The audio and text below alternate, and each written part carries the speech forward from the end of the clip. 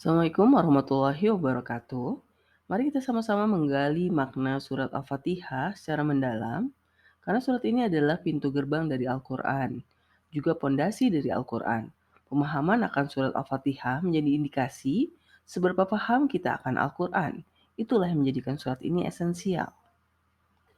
Kita akan memulai pembahasan surat Al-Fatihah dari ayat kedua, yaitu Alhamdulillahirobbil alamin, yang artinya adalah segala pujian bagi Allah Subhanahu wa taala, Rob semesta alam.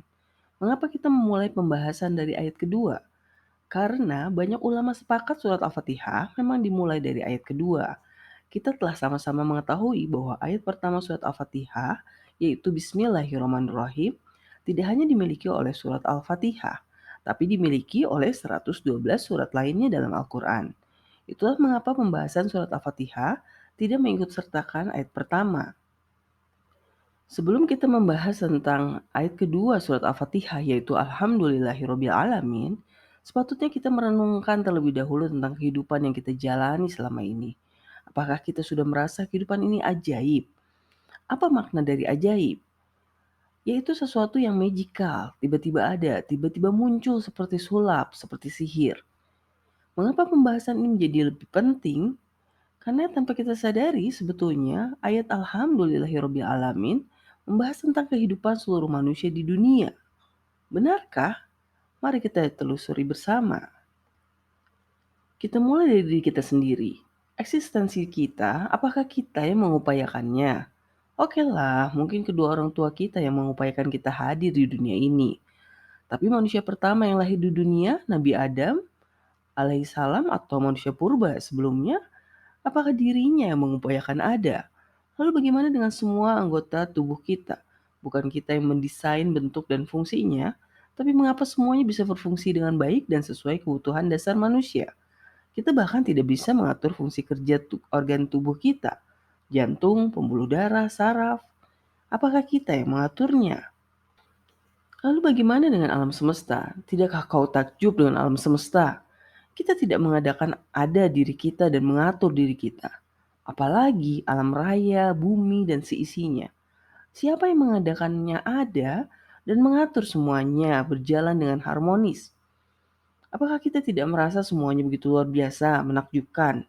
Tidakkah terbesit dalam hati kita untuk mempersembahkan pujian pada yang mengadakannya ada dan mengaturnya berjalan harmonis sebagai bentuk kekaguman atas apa yang ada pada diri kita dan seisi alam raya? Kemampuan manusia mencipta sangat luar biasa. Segala hal bisa dibuat oleh manusia. Dunia bahkan luar angkasa bisa ditaklukkannya. Tapi mampukah manusia menciptakan manusia lain? Tidak dengan mekanisme yang wajar. Mampukah manusia menciptakan organ tubuhnya? Bahkan mentransplantasi jantung babi ke dalam jantung manusia pun belum membuahkan hasil seperti yang diinginkan. Akhirnya kita menyadari manusia sungguh tidak berdaya. Bukan kita yang mengadakan ada diri kita maupun semua yang ada di alam raya. Kita bahkan tak bisa mengatur semuanya bekerja dengan harmonis. Lalu siapa yang mengadakannya ada? Lalu siapa yang mengaturnya? Dia yang mengadakan semua alam semesta ini ada dan mengaturnya, memperkenalkan dirinya sebagai Rob atau Tuhan, pencipta dan pengatur alam raya, menamakan dirinya Al-Ilah yang singkatannya adalah Allah Subhanahu wa Ta'ala. Makna Al-Ilah adalah Sang Tuhan, dalam artian dia satu-satunya Tuhan yang ada di alam raya. Maukah kita menerima perkenalannya? Tuhan. Konsep tentang Tuhan sepertinya sudah lama dikenal manusia, tapi apakah ide awal konsep ini muncul dari imajinasi manusia atau langsung dari Tuhan sendiri? Jika kita membaca seksama ayat Alhamdulillahirobbil alamin ini, kita akan memahami ide awal konsep ini langsung dari Tuhan. Karena sesungguhnya imajinasi manusia tidak akan sanggup mencapai titik kesimpulan bahwa alam raya ini ada yang menciptakan dan mengaturnya.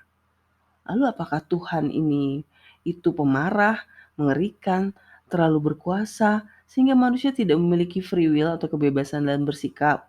Tidak, Tuhan memperkenalkan dirinya paling pengasih, paling penyayang. Ini membuat kita sebagai manusia menerima perkenalan pertama dari Tuhan dengan hati yang senang. Karena setiap manusia pasti menyukai diberi dan disayang. Lalu di mana Tuhan? Mengapa kita tidak melihat Dia? Benarkah Dia benar-benar ada? Tuhan memang tidak muncul di dunia kecuali kekuasaannya yang tergambar dari namanya Asmaul Husna, terutama dua namanya yang didahulukan dikenalkan pada manusia, yaitu paling pengasih, paling penyayang.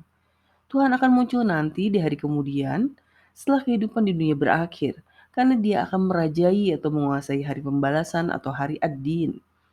Makna sebetulnya dari kata ad-din adalah agama. Lalu apa maksudnya hari agama? Kita belum benar-benar memahami makna hari agama. Para ulama menyatakan bahwa pada hari itu agama ditegakkan dengan sempurna.